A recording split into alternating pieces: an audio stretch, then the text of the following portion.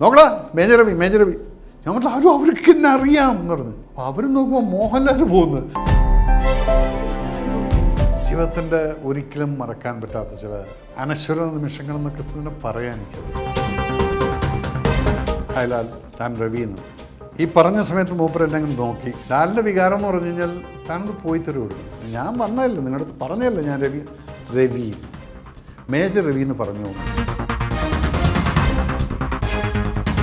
അപ്പോൾ സുരേഷിൻ്റെ മനസ്സിലായത് എന്തോ ഒരു പ്രശ്നം നടന്നിരിക്കുന്നു. കണ്ടപ്പോൾ ആ നിൽക്കുന്ന നിപ്പെന്ന് പറഞ്ഞാൽ ഞാനിപ്പോൾ എന്തെങ്കിലുമൊക്കെ ചെയ്യും. ഈ നിൽക്കുന്ന ആളും ഈ ഫോട്ടോയും തമ്മിൽ വല്ല സാമ്യം ഉണ്ടോ? ഞാൻ പറഞ്ഞത് why should I prove you that I showed you my ID card. ഇത് എൻ്റെ ആണോ? AK രവീന്ദ്രൻ എന്ന് എഴുതി വെച്ചിട്ടില്ല. അപ്പോഴത്തേക്കും എന്നെ വേഗം കെട്ടിപ്പിടിച്ചു. I'm sorry come. ചിരിക്കുന്നു. ഞാനപ്പോഴും മസിലും പിടിച്ചുകൊണ്ടെങ്കിൽ നിൽക്കുകയാണ് കുട്ടികളെ പോലെ. ഹൃദയം പൊട്ടി നടക്കുന്ന ഒരുത്തൻ്റെ ഒരു ലുക്കായിരുന്നു എൻ്റെ. പോയിട്ട് നമസ്കാരം. സിനിമ എന്ന് പറയുമ്പോൾ എല്ലാവർക്കും ഒരു ആകാംക്ഷയാണ്. ഇന്നിപ്പം ഈ കാണുന്ന ഓഡിയൻസിൽ തന്നെത്താൻ ചോദിച്ചു കഴിഞ്ഞാൽ അവരിൽ 90% ആളുകൾക്കും സിനിമയിൽ ഒന്ന് മുഖം കാണിക്കുക അല്ലെങ്കിൽ സിനിമയിൽ എന്തെങ്കിലുമൊക്കെ ഒന്ന് ചെയ്യുക എന്നുള്ള ആഗ്രഹമില്ലാത്തവരായിട്ട് ആരെങ്കിലും ഉണ്ടോ എന്ന് ചോദിച്ചു കഴിഞ്ഞാൽ വളരെ ദുർലഭമായിരിക്കും. അപ്പം അതുപോലെ തന്നെ എൻ്റെയും കാര്യം സിനിമ എന്നുള്ളൊരു ഇൻഫാക്ച്വേഷൻ എന്താണിത്? ഇതൊരു മിഥ്യ. ഇത് എവിടെ നിന്നാണിത് തുടങ്ങുന്നത്? എങ്ങനെയാണ് ഇതിലോട്ട് കയറുന്നത്? ആ സമയത്ത് സിനിമയിലോട്ട് കയറുന്ന സമയത്ത് എൻ്റെ കാര്യം പറഞ്ഞു കഴിഞ്ഞാൽ കുട്ടിക്കാലം മുതൽക്ക് പ്രേം നസീർ അല്ലെങ്കിൽ സത്യൻ സാറിൻ്റെ ഇങ്ങനെയുള്ള പടങ്ങളൊക്കെ കണ്ട് ശിവാജി ഗണേശൻ, MGR ഇതൊക്കെയാണ് ബേസിക്കലി കാണുന്ന സിനിമകൾ. ഈ സിനിമകളൊക്കെ കാണുന്ന സമയത്ത് നമുക്ക് പലപ്പോഴും കുട്ടിക്കാലത്ത് ഉള്ള വളർന്നു വരുമ്പോഴത്തെ ഏറ്റവും വലിയ വികാരം എന്ന് പറഞ്ഞു കഴിഞ്ഞാൽ ഹീറോയിൻസായിട്ട് കെട്ടിപ്പിടിച്ച് മരം ചുറ്റി കളിക്കുന്ന ഒരു ഹീറോ. അപ്പം എല്ലാവരും ആഗ്രഹിക്കുന്നതാണ്. പക്ഷെ അതിൽ സിനിമ എന്ന് പറഞ്ഞു കഴിഞ്ഞാൽ എന്താണ് പാഷൻ എന്ന് ചോദിച്ചു കഴിഞ്ഞാൽ ഗോഡ് നോസ്. എന്നോട് ചോദിച്ചു കഴിഞ്ഞാൽ എന്തോ ആണിത്. അങ്ങനെ സിനിമ മനസ്സിൽ കൊണ്ടുവന്നിരുന്ന എപ്പോഴും സിനിമ കണ്ടുകൊണ്ടിരുന്നതും പട്ടാളത്തിൽ ചേർന്നപ്പോഴും ഇതുപോലെ തന്നെ കിട്ടുന്ന സമയത്ത് ഞാൻ സിനിമ കാണാൻ പോകാറുണ്ട്. അത് ഇന്ന സ്ഥലം എന്നല്ല, ഏത് സ്ഥലത്താണെങ്കിലും ശരി. സെക്രട്ടറി ഷോ ആണെങ്കിലും പട്ടാളത്തിൽ പെർമിഷൻ കിട്ടിക്കഴിഞ്ഞാൽ, അല്ലെങ്കിൽ പിന്നെ റിക്രൂട്ട്മെൻറ്റിൻ്റെ സമയത്തൊക്കെ ആണെങ്കിൽ ഇൻ്റർവെൽ ഞായറാഴ്ച ഒരു ദിവസം സിനിമയ്ക്ക് പോകാനുള്ള പെർമിഷനുണ്ട്. അങ്ങനെ ആ സിനിമയെ മനസ്സിൽ കൊണ്ടു നടന്നുകൊണ്ട് പിന്നീട് ഓപ്പറേഷണലി ബിസിയായി ജീവിതത്തിൻ്റെ തിരക്കുകളിൽ ഒരു ജവാനിൽ നിന്ന് മാറി ഒരു ഓഫീസറാവാനുള്ള ആ ഒരു പ്രയത്നം, ആ ഒരു 3-4 വർഷം അതിൻ്റെ ഹാർഡ് വർക്ക്, ഇതിലൊക്കെ സിനിമ അവിടെ കിടന്നു. പക്ഷേ എൻ്റെ പ്രയോറിറ്റീസ് ചേഞ്ച്. എല്ലാം കഴിഞ്ഞ് ഒരു 90s ആണ് എനിക്കൊരു ചാൻസ് കിട്ടുന്നത്. ഒരു സിനിമക്കാരുമായിട്ടൊരു ബന്ധം കിട്ടുന്നതെന്ന് പറഞ്ഞു കഴിഞ്ഞാൽ ഞാൻ മോഹൻലാലിൻ്റെ ഒരു ഹാർഡ് കോർ ഫാനാണ്.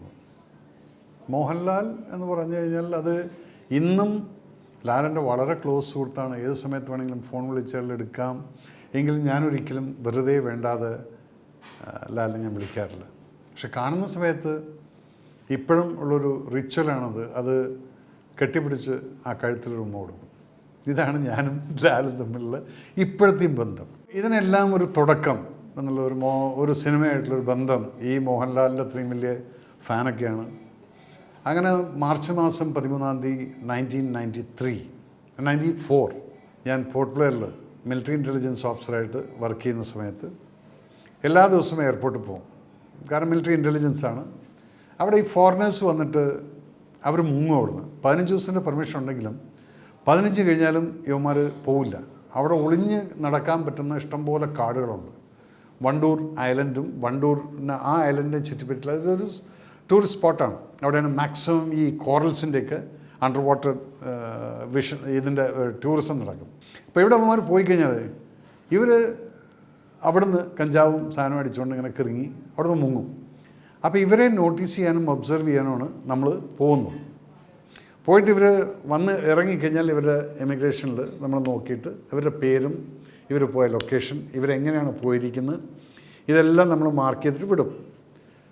ഇവൻ എവിടെ പോകുന്നു എന്നുള്ളതും നമ്മുടെ ആൾക്കാർ പോയിട്ട് ചേസ് ചെയ്ത് ഓക്കെ വണ്ടൂരിൽ അവൻ എത്തിയിട്ടുണ്ട്. അല്ലെങ്കിൽ അത് പെണ്ണുങ്ങളാണെങ്കിലും ശരി ആണുങ്ങളാണെങ്കിലും ശരി ഇവരെ ഫോളോ ചെയ്യുക എന്നുള്ളതാണ് എൻ്റെ ജോലി. അത് കാലത്ത് 2 ഫ്ലൈറ്റ്, ഒന്നൊരു ജെറ്റ് എയർവേസിൻ്റെയും പിന്നെ ഒരു എയർ ഇന്ത്യൻ എയർലൈൻസും ഫ്ലൈറ്റ് വരും. കൽക്കട്ടയിൽ നിന്നും ചെന്നൈയിൽ നിന്നുള്ളൂ. ഇത് പോയി കഴിഞ്ഞാൽ പിന്നെ അന്നത്തെ ഡ്യൂട്ടി പിന്നെ വേറെ ഒന്നുമില്ല. അവിടെയൊക്കെ ലോക്കലായിട്ട് നമ്മൾ ചുറ്റിക്കറങ്ങി മിലിറ്ററി ഇൻ്റലിജൻസ് ഗ്യാതറിങ്. ഒരു ദിവസം ഈ 13-ാം തീയതി ആക്ച്വലി പറഞ്ഞാൽ എല്ലാം ഒരു നിമിത്തം പോലെയായിരുന്നു. ബിക്കോസ് ഈ 13 എന്ന് പറയുന്നത് എല്ലാവർക്കും ഒരു ബാഡ് ഡേ ആയിട്ടാണ് കണക്ക്. ഈ നമ്പർ അൺലക്കി നമ്പർ എന്ന് പറയും. പക്ഷേ മേജർ രവി ജനിച്ചതും ഒരു 13-ാം തീയതി ആയിരുന്നു, ഒരു ജൂൺ 13-ാം തീയതി. അപ്പോൾ എന്നെ സംബന്ധിച്ചോളം 13 എന്ന് പറയുന്നത് നല്ലൊരു ദിവസമാണ്. അങ്ങനെ ഈ 13-ാം തീയതി കാലത്ത് 12-ാം തീയതി എനിക്ക് ഓൾറെഡി 2 ആഴ്ച മുന്നേ ഓർഡറെല്ലാം വന്ന് എൻ്റെ ലഗേജും സാധനമെല്ലാം ഞാൻ ട്രിച്ചിക്ക് പോസ്റ്റിംഗ് പോകാൻ വേണ്ടി അയച്ചു കഴിഞ്ഞിരിക്കുന്നു. അത് കഴിഞ്ഞ് വീട്ടിൽ നോക്കി കഴിഞ്ഞാൽ ഒരു സൂട്ട് കേസിലുള്ള കുറച്ച് സാധനങ്ങളുണ്ട്, മേക്ക് ഷിഫ്റ്റ് കിച്ചൺ ഇതൊക്കെ ആയിട്ട് നമ്മൾ പോവാണ്. അങ്ങനെ 12-ാം തീയതി രാത്രി ഒരു ഓർഡർ വരികയാണ്, 13-ാം തീയതി കാലത്ത് നീ പോകാൻ പറ്റില്ല, നിൻ്റെ പോക്ക് ക്യാൻസൽ എന്ന് പറഞ്ഞു. വളരെ അപ്സെറ്റായിട്ട്, കാരണം ഈ ഷിപ്പിൽ സാധനം കയറ്റി അയച്ചു, ഇത് തിരിച്ചു കൊണ്ടുവരണമെങ്കിലും അപ്പോൾ പോസ്റ്റിംഗ് ഇല്ലെങ്കിൽ ഈ അയച്ചു കൊടുക്കേണ്ട എക്സ്പെൻഡിച്ചർ പട്ടാളം വഹിക്കില്ല. അപ്പോൾ എൻ്റെ കാൽക്കുലേഷൻ ഇതായിരുന്നു, 6000 രൂപ അങ്ങോട്ട് അയച്ചു കൊടുക്കാൻ, ഇനി തിരിച്ചു കൊണ്ടുവരാൻ 6000. ശമ്പളം നോക്കി കഴിഞ്ഞാൽ എല്ലാം കൂടെ ഒരു മാസത്തിന് ശമ്പളം അതിലൂടെ ഇങ്ങ് പോയി കിട്ടും. സോ അങ്ങനെ ഭയങ്കര അപ്സെറ്റായിട്ടാണ് ഞാൻ ഈ 13-ാം തീയതി ഡ്യൂട്ടിക്ക് പോകുന്നത്. അവിടെയാണ് അന്ന് ശ്രീനിവാസൻ അന്ന് മൂപ്പരുടെ ഷൂട്ട് കഴിഞ്ഞ് നാട്ടിലേക്ക് പോവാണ്. ആ നാട്ടിലേക്ക് പോകുന്ന സമയത്ത് ഞാൻ ശ്രീനേട്ടനെ കണ്ടപ്പം ഞാനൊന്ന് എക്സൈറ്റ്മെൻ്റ് ആയ ഒരു സിനിമക്കാരനെ കണ്ട ഇതിൻ്റെ മുകളിലൊരു എക്സൈറ്റ്മെൻറ്റിൽ ശ്രീനേട്ടൻ്റെ അടുത്ത് പോയി സംസാരിക്കാൻ പോകുന്നു. അപ്പോൾ എന്നെ കണ്ടു കഴിഞ്ഞാൽ ആർക്കും അറിയില്ല ഞാനൊരു പട്ടാളക്കാരനാണെന്നുള്ളത്. താടിയുണ്ട്, ലോങ് ഹെയറുണ്ട്, എപ്പോഴും ജീൻസും ടീഷർട്ടും ഡെനിം ജാക്കറ്റ് ഇങ്ങനെയൊക്കെയാണ് ഡ്രസ്സ് അവിടെ. അപ്പോൾ ശ്രീനേട്ടനെ കണ്ടു, ശ്രീനേട്ട എന്തൊക്കെയാണ് കാര്യങ്ങൾ, മൂപ്പര കൂടെ അപ്പോൾ അവർ പുറത്തായതുകൊണ്ട് എനിക്കവിടെ VIP റൂമെല്ലാം തുറന്നു കൊടുക്കാനുള്ള ആ ഒരു ആക്സസ് ഉണ്ട്. അങ്ങനെ ഞാനവിടെ എയർപോർട്ടുകാരോട് പറഞ്ഞ് ഇതൊന്ന് തുറന്നു കൊടുക്കും, മൂപ്പരോട് ഇരിക്കട്ടെ എന്ന് പറഞ്ഞു. അങ്ങനെ അവിടെ ഇരുന്ന് മൂപ്പർ പോകാൻ വേണ്ടി നിൽക്കുന്നതിന് മുന്നേ ഒരാൾ അകത്തോട്ട് കയറി വന്നു. അകത്തോട്ട് കയറി വന്നിട്ട് എന്നെ കണ്ട് ചിരിച്ചു, ഞാനും ചിരിച്ചു, ഹായ് ഷെയ്ക്കിൻ്റെ അടുത്ത്. അപ്പോൾ എൻ്റെ അടുത്ത് മേജർ രവി ഇല്ല എന്ന് വെച്ചു. ഞാൻ പറഞ്ഞു മേജർ രവി ഇല്ലെന്ന്, നിങ്ങൾക്ക് എങ്ങനെ എന്നെ അറിയാമെന്ന് വെച്ചു. ഇല്ല ഞാൻ ഇവിടെ ഞങ്ങൾ കാലപ്പാനി ഷൂട്ടിങ്ങിൽ ഇപ്പോൾ ശ്രീനേട്ടനൊക്കെ അവിടെ നിന്ന് അപ്പോൾ I am looking after the production because Lal സാറിൻ്റെ പടമായതുകൊണ്ട് actually Lal sir is very keen to see you എന്ന് പറഞ്ഞു. ഞാൻ പറഞ്ഞു first of all you tell me, നിങ്ങൾക്ക് എങ്ങനെ ഞാൻ മേജർ രവി എന്നുള്ളത്, ഞാൻ സിവിൽ ഡ്രസ്സിലാണ് ഇവിടെ ഇതുവരെയും വന്നിട്ടുള്ളൂ, പിന്നെ നമ്മൾ തമ്മിൽ യാതൊരു ബന്ധമില്ലല്ലോ. അപ്പോൾ മൂപ്പർ പറഞ്ഞ് ഞാൻ ഡെയിലി ഇതുപോലെ എയർപോർട്ടിൽ വരാറുണ്ട്, ഇങ്ങനെ ആൾക്കാരെ കൊണ്ടുവിടാനും വരാനൊക്കെ ആയിട്ട് വരുന്ന സമയത്ത് ആർട്ടിസ്റ്റുകളുടെ കൂടെ. അപ്പോൾ പലപ്പോഴും ഞാൻ താങ്കളെ കാണാറുണ്ട് ഇവിടെ.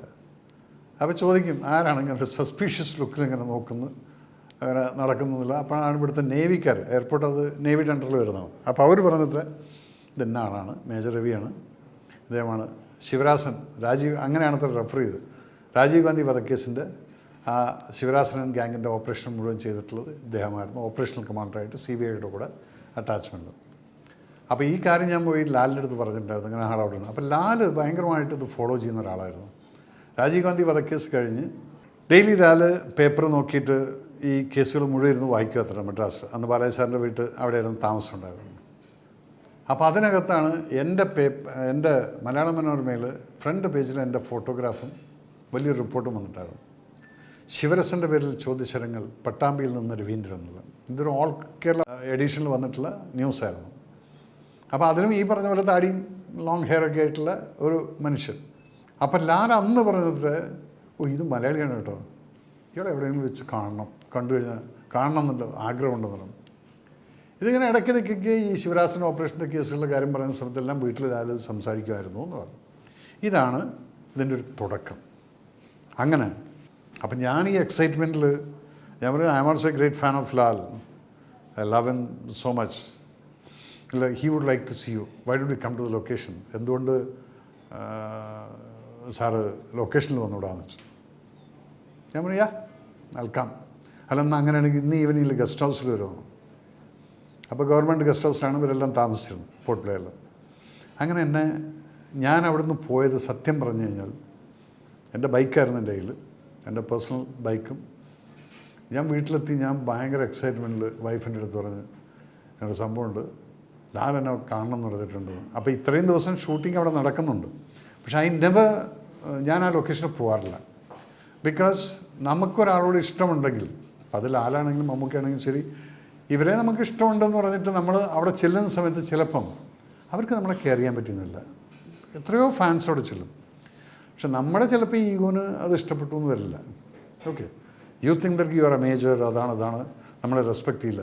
No, sometimes they will be in a different mood. അപ്പം ഞാൻ വിചാരിച്ചു പോണ്ട, ആ നല്ല ഫീലിംഗ് ഉണ്ടല്ലോ ലാലിനെ കുറിച്ച്, അത് കളയണ്ട.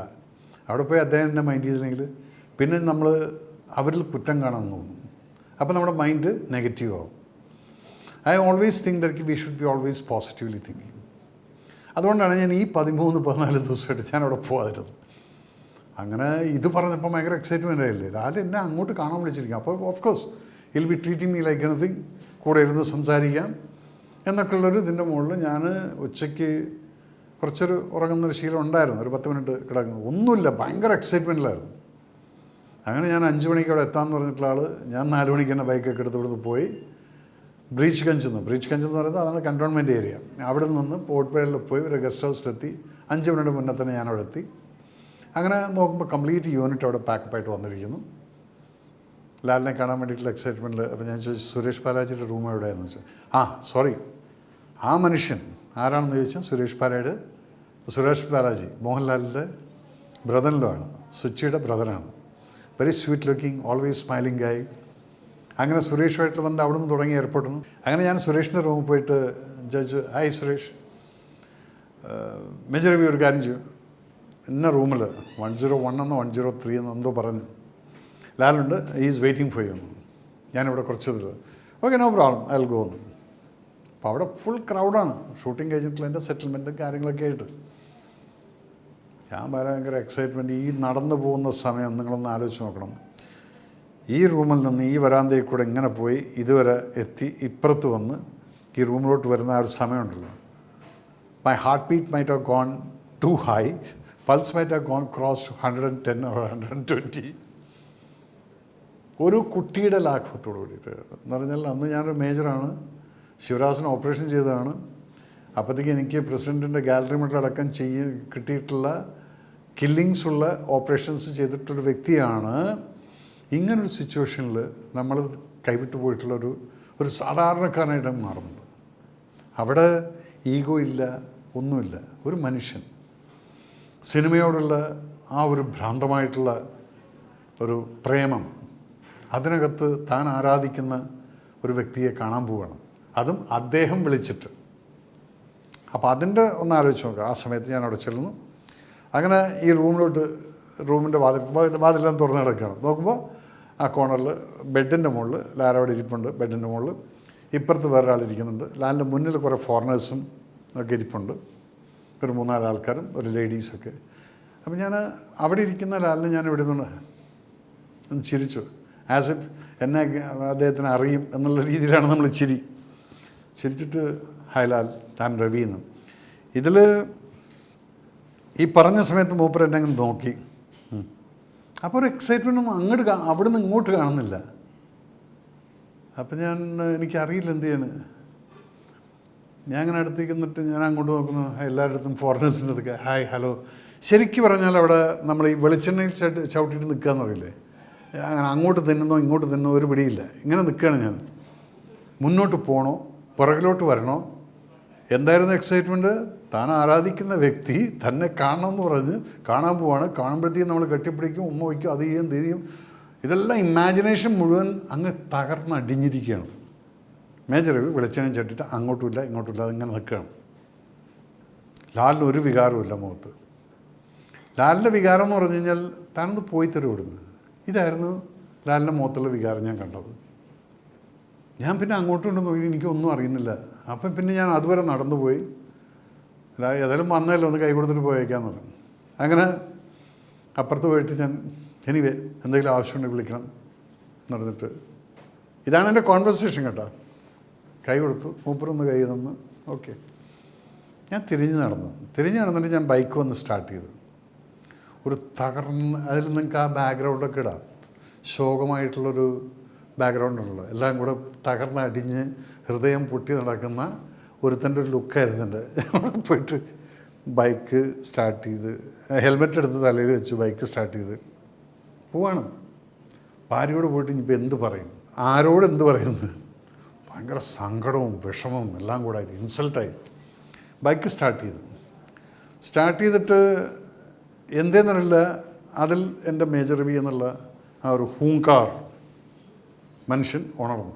ബൈക്ക് സ്റ്റാർട്ട് ചെയ്തത്, ബൈക്ക് ഓഫ് ചെയ്തത്. എന്നെ ഇവിടെ വിളിച്ചു വരുത്തിയിട്ടുള്ള ഈ സുരേഷ് ബാലാജിക്ക് 2 കൊടുത്തിട്ട് ഞാൻ ഇനി ഇവിടുന്ന് പോകുന്നുള്ളൂ. ബൈക്ക് എടുത്ത് ഞാൻ ബൈക്ക് അവിടെ നിർത്തി ഞാൻ സുരേഷിൻ്റെ അവിടെ പോയി. വാതിക്കൽ ഇവിടെ നിന്ന് ഞാനും രൂക്ഷമായിട്ട് സുരേഷിനെ നോക്കുകയാണ്. സുരേഷ് ഈ പറഞ്ഞ പോലെ തന്നെ ബെഡിൽ അവിടെ രൂക്ഷമായി നോക്കുകയാണ്. ഹലോ, ഒന്ന് വെളിയിൽ വരുമോയെന്ന് വെച്ചു. അല്ല, അവിടെ ലാലിനെ കണ്ടില്ലേ എന്ന് വെച്ചു. നിങ്ങളൊന്ന് വെറുതെ വെളിയിൽ വരുമെന്ന് പറഞ്ഞു. അപ്പോൾ സുരേഷിന് മനസ്സിലായത് എന്തോ ഒരു പ്രശ്നം നടന്നിരിക്കുന്നു എന്നുള്ളത്. എന്നെ കണ്ടപ്പോൾ ആ നിൽക്കുന്ന നിപ്പെന്ന് പറഞ്ഞാൽ ഇപ്പം തന്നെ ഞാനിപ്പോൾ എന്തെങ്കിലുമൊക്കെ ചെയ്യും, ആ ഒരു ലെവലിലാണ് ഞാൻ നിൽക്കുന്നത്. അങ്ങനെ സുരേഷിന് മനസ്സിലായി. സുരേഷ് വേഗം ഫയൽ ക്ലോസ് ചെയ്തു. ഇൻറ്റേർണൽ ഫോണുണ്ട്, അതെടുത്ത് ലാലിനെ ഇൻറ്റേർണൽ റൂമിൽ വിളിക്കുക. അപ്പോൾ ഈ ഗസ്റ്റ് റൂമിലേക്ക് ഫോണെന്ന് പറഞ്ഞു കഴിഞ്ഞാൽ നമ്മൾ ഇവിടെ നിന്നാൽ അതിൻ്റെ ഉള്ളിൽ സംസാരിക്കുന്ന അപ്പുറത്തുള്ള ആളെ കൂടി ശബ്ദം നമുക്ക് കേൾക്കാം. പണ്ടത്തെ ഗവൺമെൻറ് ലാൻഡ് ലൈൻ ഫോണുകൾ ഇൻ്റേർണൽ. അപ്പോൾ ഇവിടുന്ന് സുരേഷ്, ലാൽ സാർ മേജർ രവി വന്നില്ലേ, കണ്ടില്ലേ എന്ന് വെച്ചു. അപ്പോൾ പറഞ്ഞ് ലാൽ പറഞ്ഞു, ഇല്ല, ഞാൻ വെയിറ്റ് ചെയ്യണം അദ്ദേഹത്തിന് വേണ്ടിയിട്ട്, ഇത് ഞാൻ കേൾക്കുന്നുണ്ട്. അപ്പം ഞാനും വിചാരിച്ചു ഇതെന്ത് ഈ ആളെ കളിപ്പിക്കുന്നത്, ഞാനിപ്പോൾ അവിടെ പോയി പറഞ്ഞതാണ്. അപ്പം സുരേഷ് ചോദിച്ചു, ഇപ്പോൾ ഒരു ബ്ലൂ ജീൻസും ഡെനിം ജാക്കറ്റുമായിട്ട് ഒരാൾ വന്നില്ലേ താടിയൊക്കെ ആയിട്ട്, അവിടുന്ന് സൈലൻസ് കഴിഞ്ഞിട്ട് ഫോൺ വെക്കുന്ന ശബ്ദം, ടക്ക് ശബ്ദം. അപ്പോൾ സുരേഷിന് മനസ്സിലായി എന്തോ പ്രശ്നമുണ്ടെന്നുള്ളത്. സുരേഷ് ഫയലൊക്കെ കൊടുത്തു. No sir, there is some misunderstanding, I will take you എന്നുള്ളത്.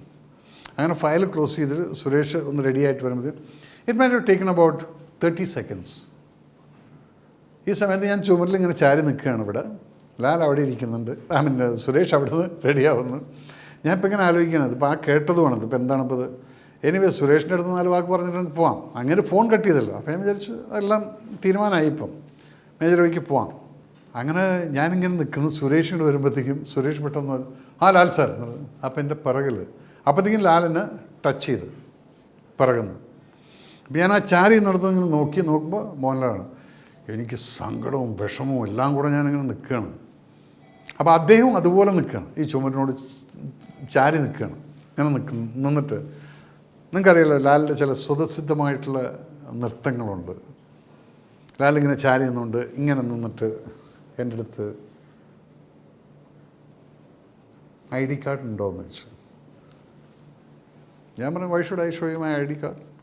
അല്ല, ഉണ്ടോ സാറിൻ്റെ കയ്യിൽ? ഉണ്ട്. അപ്പോൾ ഞാൻ എൻ്റെ പോക്കറ്റിൽ ID കാർഡ്, അത് കാണുന്നില്ല, ഈ ചെയിനോടെ കാണുന്നുണ്ട്. അങ്ങനെ ഞാൻ ഈ ID കാർഡ് എടുത്തിട്ട് കൊടുക്കുകയാണ്. അപ്പോൾ കഴുത്തുനിന്ന് എടുത്തിട്ടില്ല, അപ്പോൾ അത്രയും ക്ലോസ് ആയിട്ടില്ലല്ലോ എന്നിട്ട് നോക്കിയിട്ട് കണ്ട ഈ ഫോട്ടോയും മേജർ സാറിനെയും കൂടെ കണ്ടു കഴിഞ്ഞാൽ വല്ല സാമ്യം ഉണ്ടോ എന്ന് വെച്ചാൽ.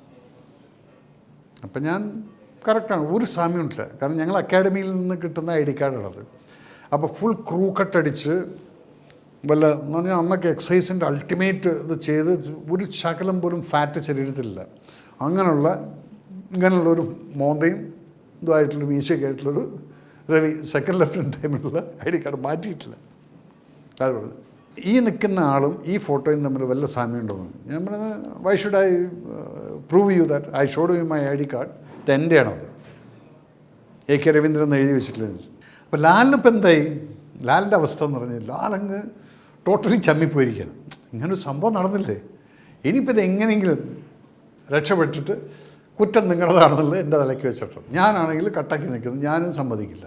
ഞാൻ വന്നതല്ലേ, നിങ്ങളുടെ പറഞ്ഞതല്ലേ ഞാൻ രവിന്ന് മേജർ രവി എന്ന് പറഞ്ഞോ എന്ന് വെച്ചു. ശരിയാണ്, ഞാൻ മേജർ രവി എന്ന് പറഞ്ഞിട്ടില്ല. അപ്പം എന്താ സംഭവിച്ചതെന്ന് പറഞ്ഞാൽ ലാല് എന്നെപ്പോലെ തന്നെ എക്സൈറ്റ്മെൻ്റ് ആയിരുന്നു എന്നുള്ളതാണ് പിന്നീട് അറിഞ്ഞത്. ബിക്കോസ് ഈ മനുഷ്യന് ഞാൻ കാണാൻ പോകുന്നുള്ള അതേ എക്സൈറ്റ്മെൻറ്റിലായിരുന്നു ലാലിൽ നിന്ന്. എനിക്കുണ്ടായിരുന്ന എക്സൈറ്റ്മെൻറ്റ് എത്രയുണ്ടോ അതിലെങ്ങനെയായാലും ഒരു 70-75% ലാലിനും എക്സൈറ്റ്മെൻറ്റ് ഉണ്ടായിരുന്നു എന്നെ കാണണമെന്നുള്ളത്. അപ്പോൾ ഈ എക്സൈറ്റ്മെൻറ്റിൽ ഇരിക്കുന്ന സമയത്ത് മേജറെന്ന് കേട്ടില്ല. അത് എൻ്റെ പ്രശ്നം എന്താണെന്ന് വെച്ചാൽ, ഞാൻ ഈ മിലിറ്ററി ഇൻ്റലിജൻസിലായിരുന്ന സമയത്ത് ഒരിക്കലും ഞാൻ എൻ്റെ റാങ്ക് പറയാറില്ല. ആരെങ്കിലും കണ്ടു കഴിഞ്ഞാൽ hi I am Ravi. Phone എടുത്താലും ലാൻഡ് ലൈനിലൊക്കെ നമുക്ക് കോൾ വരുന്ന സമയത്ത് hello I am Ravi here. അപ്പോൾ ഈ റാങ്ക് നമ്മൾ വിട്ടിരിക്കുകയാണ്. അതായത് പട്ടാളക്കാരനാണെന്ന് അറിയാതിരിക്കാൻ വേണ്ടി ആ സ്വഭാവം മനസ്സിൽ വെച്ചിരിക്കുന്നു. ഇത് തന്നെയാണ് ലാലിൻ്റെ അടുത്തും സംഭവിച്ചത്. Hi Lal, I am Ravi എന്ന് പറഞ്ഞു. അപ്പോൾ ഈ മേജർ കിട്ടിയിട്ടില്ല. പിന്നെ എന്നെ കണ്ടുകഴിഞ്ഞ് ഈ താടി തല, മോഹൻലാൽ മനസ്സിനകത്ത് വെച്ചിരിക്കുന്ന ഒരു ക്രൂക്കട്ടൊക്കെ അടിച്ച് ഒരു 6 അടി പൊക്കമുള്ള കമാൻഡോ ഒക്കെ അല്ലേ, അതിനിങ്ങനെയൊക്കെയുള്ള സൈസ് സിനിമയിൽ കാണുന്ന പോലുള്ള ഒരു ഇമാജിനേഷനിൽ നിൽക്കണം മൂപ്പര്. അവിടെയാണ് ഇങ്ങനൊരാൾ ചെല്ലുന്നത്. അപ്പോൾ ലാൽ എങ്ങനെയെങ്കിലും എന്നെ ഒന്ന് പുറത്താക്കിയാൽ മതി, മേജർ രവി വരുന്ന സമയത്ത് വേറെ ആരും ഡിസ്റ്റർബൻസ് ഉണ്ടാവരുത്. പിന്നെ ഫോറിനേഴ്സ് ആയതുകൊണ്ട് അവരുടെ അടുത്ത് പറയാം, ഓക്കെ നിങ്ങൾ വയ്ക്കും, ഞാൻ ഇനി ഇദ്ദേഹമായിട്ട് ഇരിക്കേണ്ടത്. ഇങ്ങനെ ഇരിക്കുകയാണ് ലാൽ. ഇതാണ് അവിടെ സംഭവിച്ചത്. അപ്പോഴത്തേക്കും എന്നെ വേഗം കെട്ടിപ്പിടിച്ചു. I am sorry come. Lal ചിരിക്കുന്നത്. ഞാനപ്പോഴും മസിലും പിടിച്ചുകൊണ്ടിങ്ങനെ നിൽക്കുകയാണ് കുട്ടികളെ പോലെ. അപ്പോൾ കെട്ടിപ്പിടിച്ചു. അതിൽ തന്നെ ഭയങ്കര സുഖം, ഒരു ഫീലിങ്, നമ്മൾ ആഗ്രഹിച്ച സംഭവങ്ങൾ. അങ്ങനെ ലാലിൻ്റെ റൂമിലേക്ക് കൊണ്ടുപോകുമ്പോഴത്തേക്കും വഴിയിൽ വെച്ച് പ്രഭു സാറിനെ കണ്ടു. നമ്മുടെ ശിവാജി സാറിൻ്റെ മകൻ കലപനിയിൽ അഭിനയിക്കുന്നുണ്ട്.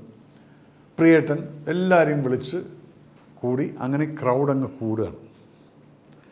ലാലിൻ്റെ റൂമിൽ ഒരു ബഹളമായി. ഈ ക്രൗഡ് മുഴുവൻ വന്നിട്ട് സന്തോഷിവനാണെന്ന് ക്യാമറ. ഞങ്ങൾ പിന്നെ കഥകൾ തുടങ്ങുകയാണ്. അപ്പോഴേക്കല്ല ഇടയ്ക്കിടയ്ക്കെല്ലാം Lal wants to prove that എൻ്റെ മിസ്റ്റേക്ക് അല്ല, നിങ്ങളുടെയാണ് മിസ്റ്റേക്ക്, അതുകൊണ്ടാണ് ഞാൻ നിങ്ങളെ അങ്ങനെ പറഞ്ഞു വിട്ടത് എന്ന് കാണിക്കാൻ വേണ്ടിയിട്ട് ഇടയ്ക്കിടയ്ക്ക് പ്രിയ ഈ എന്നിട്ട് വരും. ഐ ഡി കാർഡ് ചോദിക്കുന്നില്ല, അങ്ങനെ എടുക്കും. ഈ ഐ ഡി കാർഡിലെ ഫോട്ടോയും ഈ നിൽക്കുന്ന ആൾ തമ്മിൽ വല്ല സാമ്യമുണ്ടോ പ്രിയ? ഞാൻ പറഞ്ഞു ഇനി അത് വിട്ടേക്ക്, അത് പ്രശ്നമാക്കണ്ട. അപ്പോൾ പ്രിയനൊന്ന് നോക്കും. മൂപ്പരും ഇങ്ങനെ പ്രിയേട്ടൻ അത് ശരിയാണ്, കണ്ട പ്രിയനടക്കം പറഞ്ഞത് ശരിയാണെന്ന്. ആര് കണ്ട പ്രഭു സാറിനെ വിളിച്ചത് കാണിച്ചു കൊടുക്കും. അങ്ങനെ കുറച്ച് കഴിഞ്ഞ് ഈവനിങ് ആയപ്പോഴത്തേക്കും സന്ധ്യ മൂത്തു, രാത്രിയാവുന്നു. സംസാരങ്ങളും ആഘോഷങ്ങളുമായി അന്ന് രാത്രി മുഴുവൻ. It went on till about ഒരു 12-1 മണി. അപ്പോൾ പ്രിയേട്ടൻ പതുക്കെ വലിഞ്ഞിട്ടുണ്ട്, എടാ നാളെ കാലത്ത് 4 മണിക്ക് ഷൂട്ടിനില്ലാതെ അതായത് വിട്ടേക്കും ഞാൻ. അപ്പം ഞാനാണെങ്കിൽ നിന്നെ വിടണ്ട എന്നുള്ളൊരു ഇതിലാണെങ്കിലും, പക്ഷേ ഇത് കേട്ടപ്പോൾ ഞാൻ പറഞ്ഞു, ലാലു ഇനി പോയി കിടന്നു, നാളെ കാലത്ത് 4 മണിക്ക് എഴുന്നേക്കണേ, കണ്ണെല്ലാം പിന്നെ ലുക്കെല്ലാം പോവില്ലേ. അതൊന്നും പ്രശ്നമില്ല.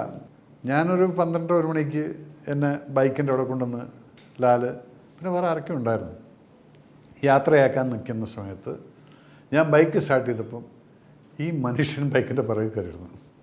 നമുക്ക് പോർട്ട് ബ്ലെയർ ടൗണൊക്കെ ഒന്ന് കറങ്ങിയിട്ട് വരാം. രാത്രി 1 മണിക്കുള്ള സീനാണ്. അങ്ങനെ രാത്രി ഞാൻ ബൈക്കിൽ ലാലിനെയും കൊണ്ടിട്ട് ആ പോർട്ട് ബ്ലെയറിൽ ഒരു കറക്കം. ജീവിതത്തിൻ്റെ ഒരിക്കലും മറക്കാൻ പറ്റാത്ത ചില അനശ്വര നിമിഷങ്ങളെന്നൊക്കെ തന്നെ പറയാൻ എനിക്കത്. Because when you love somebody, when you like somebody, ആ മനുഷ്യൻ ഇത്രയും ക്ലോസ് ആയിട്ട് ഇത്രയും ഒരു 4-5-6 മണിക്കൂർ കൊണ്ട് ഈ ഒരു ലെവലിലെത്തി. ബൈക്കിൻ്റെ പിറകിൽ എന്നെ കെട്ടിപ്പിടിച്ചുകൊണ്ടിരിപ്പുണ്ട്. എന്നിട്ട് അവിടെ പോകുന്ന സമയത്ത് രാത്രി 24 hours തുറന്നിരിക്കുന്ന ഒരു കടയുണ്ട്, മലയാളിയുടെ കടയാണത്. സിഗരറ്റ്, ഡ്രിങ്ക്സ് ഇതൊക്കെ കിട്ടുന്ന, നാരങ്ങളൊക്കെ കിട്ടുന്ന ഒരു കടയുണ്ട്. അതിൻ്റെ അടുത്തൂടെ പോകുന്ന സമയത്ത് ലാൽ ഷൗട്ട് ചെയ്യണം, നോക്കടാ മേജർ രവി. ഞാൻ പറഞ്ഞു ആരും അവർക്ക് എന്നെ അറിയാം എന്ന് പറഞ്ഞു. എവിടെ? അവർ നോക്കുമ്പോൾ മോഹൻലാൽ പോകുന്നത്. അവർ എന്ത് പറഞ്ഞു ലാലെന്നുള്ള എല്ലാവരും തോന്നുന്നു. ലാൽ രവി സാറിൻ്റെ കൂടെ പോകുന്നത്. അപ്പോൾ ഇവർ തമ്മിൽ ഫ്രണ്ട്സാണ്. ഈ 10-15 ദിവസം ഷൂട്ടിംഗ് ആയിട്ട് ആർക്കും അറിയില്ല. ഞാൻ പോയിട്ടുമില്ല, കണ്ടിട്ടുമില്ല. അപ്പം അന്ന് രാത്രി ഇത് കണ്ട് അത് സ്പ്രെഡായി. പിന്നീട് ലാൽ സാറിൻ്റെ വലിയ ക്ലോസ് ഫ്രണ്ടാണ്. എങ്ങനെയുണ്ട്? അന്നാണ് കണ്ടിരിക്കുന്നത്. അതിന് മുന്നേ ഇത്രയും പ്രശ്നങ്ങളൊക്കെ ഉണ്ടായിട്ടുണ്ട്, ഇതൊന്നും അറിയില്ല. എനിവേ ആ ഒരു റൈഡ് കഴിഞ്ഞ് തിരിച്ച് ഞാൻ അപ്പോഴത്തേക്കും ലാലിന് ഉറക്കം ഇങ്ങനെ വരുന്നുണ്ട്, നമുക്ക് ഫീൽ ചെയ്യാം. ഞാൻ കൊണ്ടുപോയിട്ട് റൂമിൽ കൊണ്ടുപോയിട്ട് പറഞ്ഞു എനിക്ക് കിടന്ന് ഉറങ്ങിക്കോന്നു. അങ്ങനെ അന്ന് ലാലിനെ കൊണ്ട് റൂമിലാക്കി, എന്നെ യാത്ര അയക്കാൻ വന്ന ആളിനെ തിരിച്ച് അവിടെ റൂമിൽ കൊണ്ടാക്കി കിടത്തി ഉറക്കി. ഞാൻ ബ്ലാങ്കറ്റ് എടുത്ത് കവർ ചെയ്ത് വാതിലും ചാരി ഞാനിങ്ങ് പോകുന്നു. That night I cannot forget it. ഇതാണ് എൻ്റെ തുടക്കം, സിനിമയായിട്ടുള്ളൊരു ബന്ധം എന്ന് പറയുന്നത്. ഇന്ന് നിങ്ങൾ കാണുന്ന സമയത്ത് ലാലുമായിട്ടുള്ള ബന്ധം ഇതാണ് അതിൻ്റെ ഒരു തുടക്കം. അത് എവിടേക്കോ എന്തൊക്കെയോ പല സന്ദർഭങ്ങളും പല മിസ്അണ്ടർസ്റ്റാൻഡിങ് പലരും ഉണ്ടാക്കാൻ നോക്കിയിട്ടുണ്ടെങ്കിലും ഇന്നേ വരെ അത് തകർന്നു പോയിട്ടില്ല. ഒരുപക്ഷെ ഞങ്ങൾ തമ്മിലുള്ള ആത്മാർത്ഥമായിട്ടുള്ള അങ്ങോട്ടും ഇങ്ങോട്ടുമുള്ള ഒരു അഡ്മിറേഷൻ, നമ്മളുടെ യെസ് ഇതിന്ന ആൾ. അതേപോലെ തന്നെ ലാലിനെ അങ്ങോട്ട്, ലാൽ ദ ഗ്രേറ്റ് ആർട്ടിസ്റ്റ്. ഇതാണ് എൻ്റെ തുടക്കം ഒരു സിനിമയിലോട്ട് വരുന്നത്. എങ്ങനെയെന്ന് ചോദിച്ചു കഴിഞ്ഞാൽ ഇവിടെ നിന്ന് തുടങ്ങിയ ആ ബന്ധമാണ് പിന്നീട് പല വഴിത്തിരിവുകളിലോട്ടും ഞങ്ങളെ കൊണ്ടുപോയിട്ടുള്ളത്.